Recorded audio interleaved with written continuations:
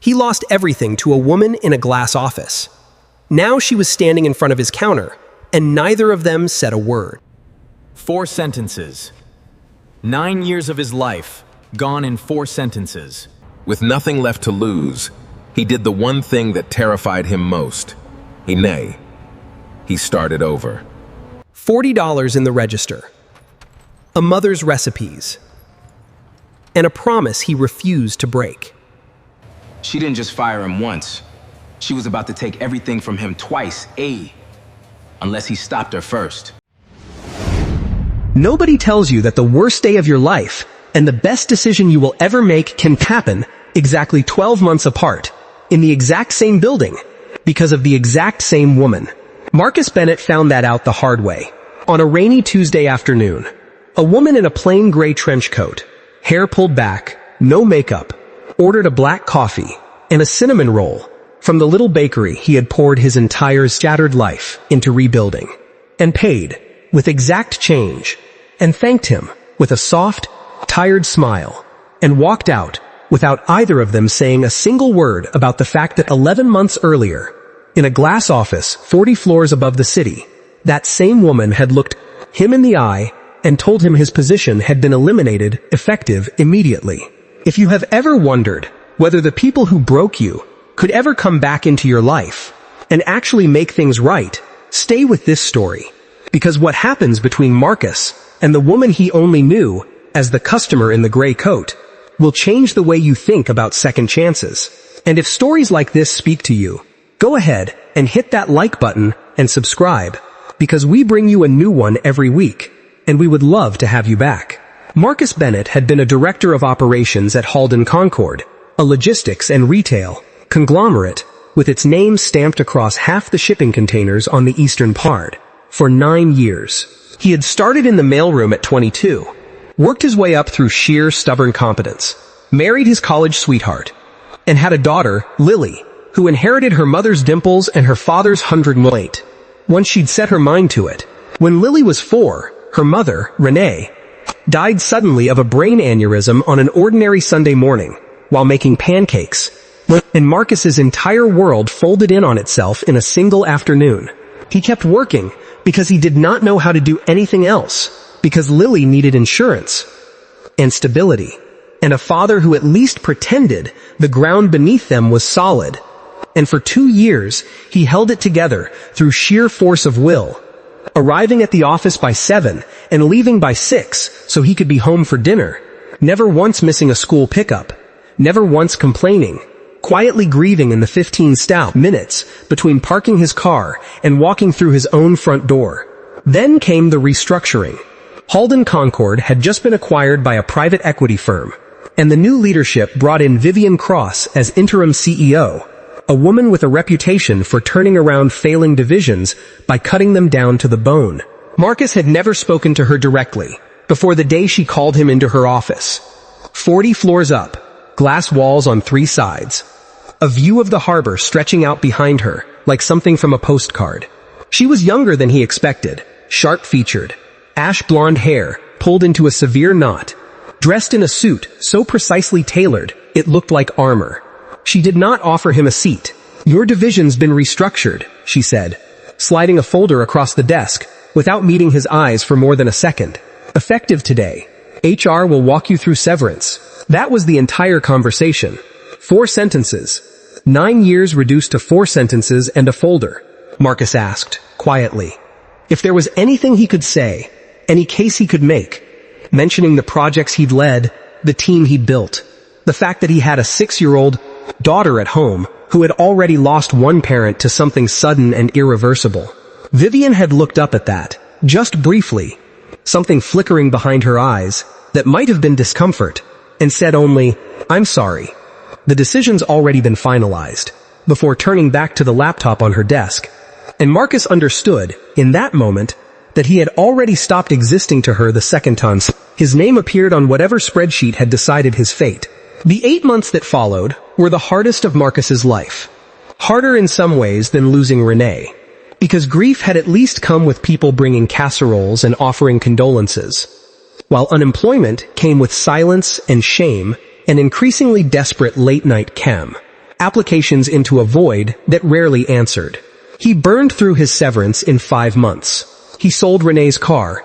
He moved himself and Lily out of their townhouse and into a cramped 2-bedroom apartment above a shuttered dry cleaner. And he sat at the kitchen table after Lily went to sleep, doing math in a spiral notebook, trying to figure out how many more weeks he had before the math simply stopped working. It was in the depths of that spiral notebook math that Marcus found himself standing in front of a boarded-up bakery 2 blocks from the new apartment, a for sale, as-is sign taped crookedly in the window, and something in him, some stubborn ember he thought Halden Concord had stomped out completely, refused to look away. His mother, Ruth, had run a bakery for 11 years before arthritis took her hands away from her. And Marcus had grown up dusted in flour, learning her recipes not because anyone made him, but not because it was the only time she ever seemed fully, uncomplicatedly happy. He had never once considered baking as a career. It had always felt like his mother's thing, sacred and separate from his own path of spreadsheets and quarterly targets. But standing in front of that boarded-up storefront, with almost nothing left to lose, Marcus called the number on the sign, drained what remained of his savings, and Lily's small college fund, with her cautious, 6-year-old blessing, given over a serious conversation at their kitchen table, and bought the building outright for a price so low it should have told him everything about the neighborhood's fading fortunes. He named it Ruth's Corner, after his mother, and spent 3 brutal months gutting the interior Tate himself with a borrowed sander and a stack of YouTube tutorials, learning plumbing and electrical by necessity, teaching Lily to sweep sawdust into neat piles while she narrated elaborate stories about the bakery fairies who were going to live in the walls. He filled the display case with his mother's recipes, her cinnamon rolls, her sourdough, a full lemon poppy seed loaf she used to sell out of every single Saturday, and opened the doors on a cold, Pecos February morning with exactly $40 in the register and a hand-painted sign he'd done himself, because he couldn't afford a real one. The first few months were brutal. Some days no one came in at all, except the mailman, who bought day-old bread out of pity more than hunger. Marcus kept the lights on by working nights stocking shelves at a grocery store 2 towns over, sleeping 4 hours a night, teaching Lily her multiplication tables in the gaps between bread proofing. But slowly, the way these things happen in small neighborhoods, when someone is doing something with real care, word began to spread. A woman from the church down the street brought her book club in for the cinnamon rolls and never stopped coming back. A construction crew working on the block adopted Ruth's Corner as their unofficial breakfast stop. A local blogger wrote a glowing, unpaid post about the best sourdough in the district, and by the 6-month mark, Marcus had a line out the door most Saturday mornings and had hired his first employee, a retired vet school teacher named Dolores, who adored Lily and covered afternoons when school let out. There was a night, 3 weeks before the 6-month mark, that Marcus nearly gave it all up. The grocery store had cut his night shifts back to twice a week. A rent payment on the bakery building was due in 4 days, and the register that evening had taken in $11 total, all from the same regular who bought a single roll out of loyalty rather than hunger. Marcus sat on the bakery's back step after closing, Lily asleep upstairs, in the small apartment they'd carved out above the kitchen, and did the math in his spiral notebook 3 separate times, hoping a different answer would appear if he just added the numbers in a different order. It never did. He thought, seriously, for the first time since buying the building, about calling the realtor back and asking if the as-is listing could still be reversed, about admitting that a man who had spent 9 years in spreadsheets had no business pretending flour and yeast could save him. It was Dolores, arriving early the next morning to find him still sitting on that step with the leaf notebook in his lap, who talked him out of it, not with sympathy, but with the blunt practicality of a woman who had buried a husband and raised 3 children on a teacher's salary. "You've been open 6 months, she told him, pouring coffee she made herself with his last bag of grounds. "My classroom took 6 years before I stopped wanting to quit every single September. Get up, turn the sign around, see who walks in today." Someone did walk in that day, and the day after, and slowly, unglamorously, the math in the spiral notebook began very gradually, to make sense. It was on an ordinary rainy Tuesday, 10 months after opening, that the woman in the gray trench coat first walked in. She kept her head down, ordered a black coffee and a cinnamon roll in a quiet voice, paid in exact cash, and sat alone at the small corner table by the window for nearly an hour, working on a laptop, barely glancing up. Marcus did not recognize her at first. She looked entirely different from the woman who had sat behind a glass desk on the 40th floor. Hair down instead of severely knotted, no makeup, shadows under her eyes that suggested she hadn't slept properly in weeks, a plain wool coat instead of tailored armor. She came back the following Tuesday, and the Tuesday after that, always alone, always quiet, always polite, in a careful, distant way that made Dolores remark, half joking, that, how? The coat lady seemed like she was carrying something heavy she didn't question when a set down anywhere public. It was Lily, inevitably, who broke through first. The way children always seem to find the cracks, adults spend their whole lives paving over. One Tuesday, bored of coloring at her usual spot behind the counter, Lily marched straight up to the woman's table and asked, with the direct confidence of a 6-year-old who has decided a stranger looks lonely, whether she wanted to see her drawing of a dragon eating a cinnamon roll. The woman blinked, clearly startled, and then, after a pause that seemed to cost her something, smiled. A real smile. The first one Marcus had ever seen on her, and said the dragon had excellent taste. From then on, Lily claimed the woman as a Tuesday fixture, sliding into the seat across from her, some afternoons, to narrate her school day, while the woman listened with an attentiveness that seemed almost hungry, as though she had very little else in her life that asked nothing of her, and gave this much back. Marcus began learning small things about her, without ever asking directly. Her name, she said, was Vivian. She never offered a last name, and something in the careful way she withheld it kept Marcus from pressing. She worked in corporate restructuring, which she said with a flat, self-deprecating irony that suggested she did not much like the phrase. She had no family nearby, she mentioned once, almost accidentally, and quickly changed the subject. She always tipped generously, and always insisted, when Marcus once tried to comp her coffee during a particularly rough week for her, that she pay full price, as though accepting anything for free from him specifically mattered to her in a way she didn't explain. Over the following months, an unlikely friendship took root, built entirely out of Tuesday afternoons and cinnamon rolls and Lily's unfiltered chatter, and Marcus found himself, somewhat to his own surprise, looking forward to it. He told Vivian, in pieces over many weeks, about Renee, about the restructuring that had cost him his old career, though he was careful never to name the company, some old professional caution keeping the company. Specifics vague, even as the wound itself stayed close to the surface. Vivian listened to all of it with an unusual stillness, and once, after he described the 4-sentence conversation that had ended 9 years of his life, she went quiet for a long moment and said, very softly, "That's an awful way for someone to lose everything. I hope whoever did that to you has to sit with it." Marcus had no way of knowing, in that moment, that she was. The truth arrived on a Thursday, which was unusual, because Vivian never came on Thursdays. And it arrived not through Vivian herself, but through a different visitor entirely.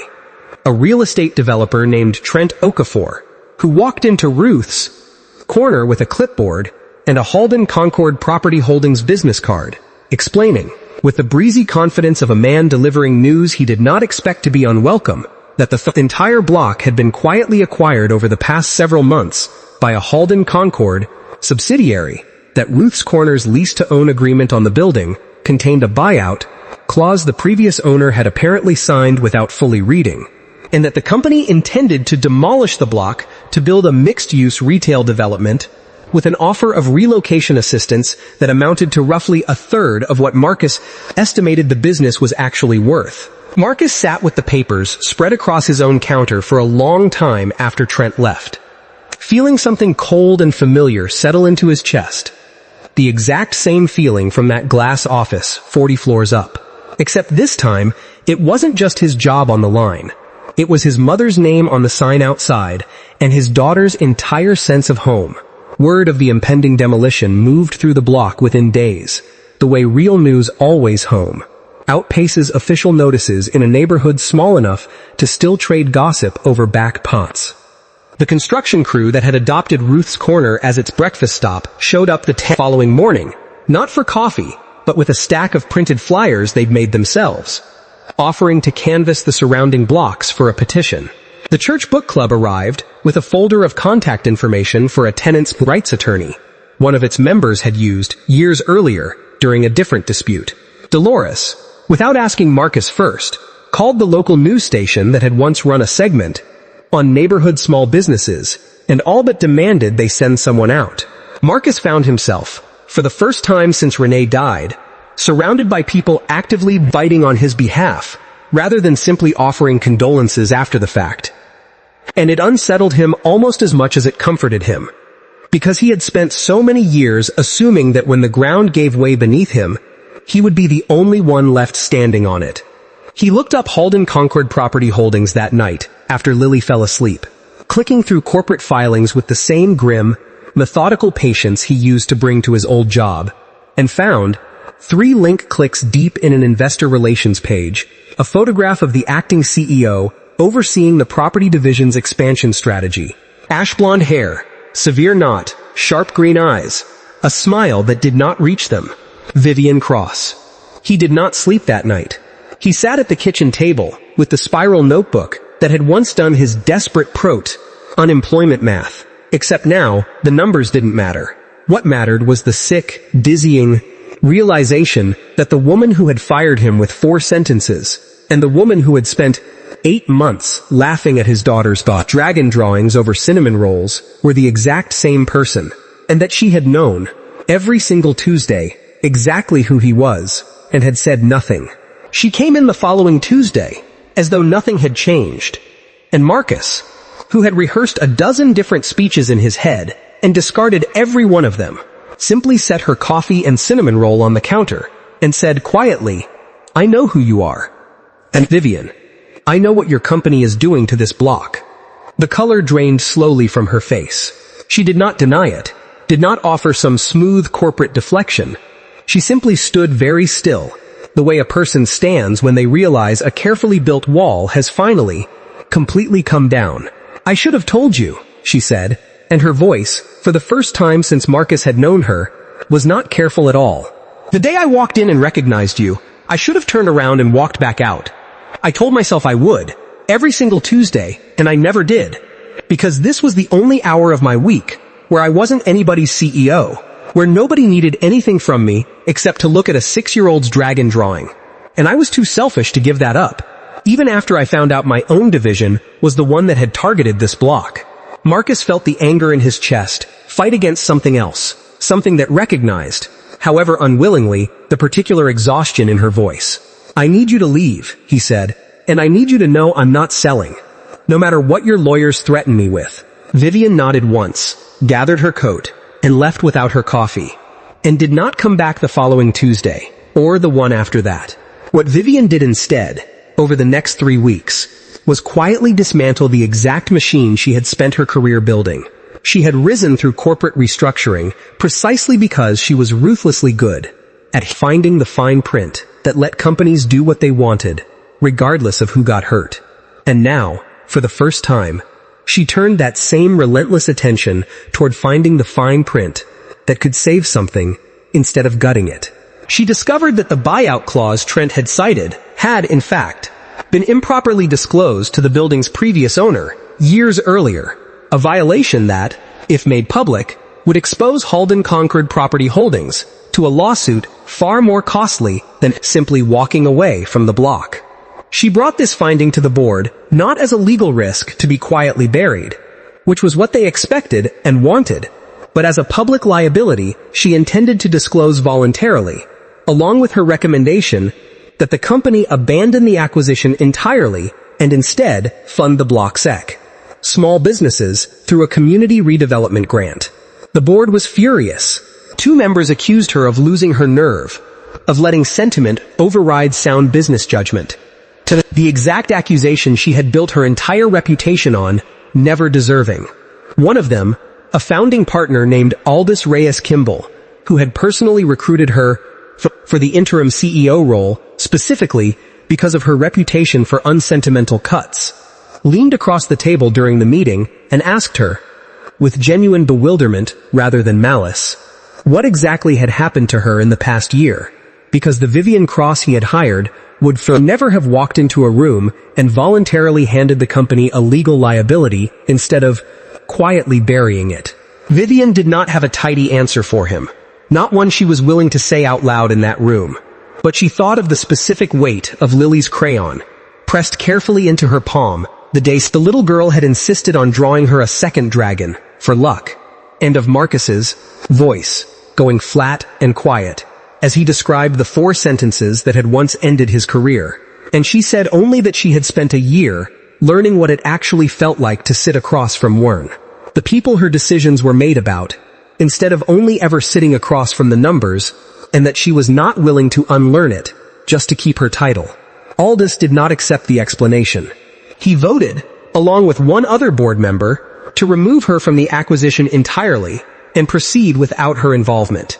Vivian, who a year earlier would have folded under that pressure without a second thought, found herself instead thinking of a 6-year-old girl narrating a dragon's fang's opinion on cinnamon rolls, of a father who had rebuilt his entire life out of flour and Del's stubbornness after she herself had knocked it down, and she held her ground in a way she had not held ground for anything in years, resigning before the board could finish stripping the acquisition out of her hands, taking the improperly disclosed buyout clause directly to the company's outside counsel, and, when they hesitated, to a reporter she trusted, ensuring the block's fate could never quietly be reversed the moment she was gone. She resigned as acting CEO, rather than push the acquisition through. A resignation that made minor financial news for exactly 1 news cycle, before the world moved on, and used a portion of her own severance, with a bitter irony she pointed out to no one, to personally fund the legal costs of transferring Ruth's Corners building title fully and permanently into Marcus's name, free of any buyout clause at all. She showed up at Ruth's Corner on a Tuesday 6 weeks later, not in a trench coat this time, but in ordinary jeans and a sweater, carrying a folder of her own, and stood at the door for a long moment before Marcus, wiping flour from his hands, walked over and let her in. She slid the folder across the counter, the deed inside it, and said, quietly, that she understood, if he never wanted to see her again, that she wasn't there asking for Tuesdays back, only that she needed him to know the block was safe and the building was fully his. No strings, no clauses, nothing left for anyone to hide in fine print ever again. Marcus looked at the deed for a long time, and then at Vivian, standing there without any of the armor she used to wear, looking more uncertain than he had ever seen her, and he thought about the 4-sentence conversation that had once ended 9 years of his life, and about the 8 months of Tuesdays that had, however complicated, given his daughter someone new to talk to, and given him, if he was honest, someone who had listened to his grief without flinching. He did not forgive her all at once, because that is not how real forgiveness works. But he found himself, almost against his own will, sliding a cinnamon roll across the counter and saying, "Sit down. Lily's been asking where the coat lady went." The following months were not a fairy tale rewritten overnight. Vivian took a smaller, quieter job, consulting for nonprofits doing the unglamorous work of Twain, small business preservation, work that paid a fraction of her old salary and suited some part of it to her that had been starving for years without her realizing it. She kept coming to Ruth's Corner, not every Tuesday at first, tentative, earning her way back into the rhythm of the place rather than assuming it was owed to her.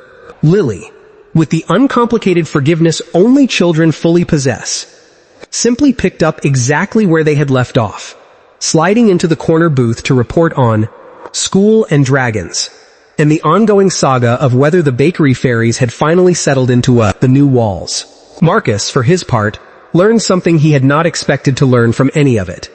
That the same stubbornness that had let him rebuild an entire life out of a boarded-up storefront could also, slowly, let him rebuild trust in a person who had once broken him, not because she deserved it automatically, but because she had shown up, again and again, and done the actual work of earning it back, rather than simply asking to be forgiven. Ruth's corner grew into the anchor of the block. Halden Concord had once planned to demolish. Its cinnamon rolls, eventually written up in a real newspaper instead of just a blog, its Saturday line stretching around the corner, and on the wall by the register, Marcus hung a small, framed photograph of his mother Ruth behind her own long-closed counter, and beside it, a second photograph, he added himself, of Lily and Vivian bent over a dragon drawing at the corner table, because he had come to believe that a family, real or chosen, was built the same way bread was. Slowly, with patience, and with an honest willingness to let something rise. What Marcus Bennett ultimately understood, standing behind the counter of the bakery that carried his mother's name, is that losing everything is not always the end of a story. Sometimes it is simply the demolition required before something more honest can be built in its place. He had lost a career, a townhouse, and, for a while, his faith that anyone in power could ever truly make amends. What he gained instead was a business built on his own two hands, a daughter who watched her father refuse to quit even when quitting would have been easier, and, eventually, an unlikely friendship with the very person who had once ended his old life, because she finally found the courage to do the harder, humbler work of helping him build a new one. If there is one thing this story asks you to carry with you, it is this. The people who hurt us rarely get to choose whether we forgive them, but every single one of us gets to choose whether we let that hurt be the last chapter, or simply the chapter that taught us how strong we could become.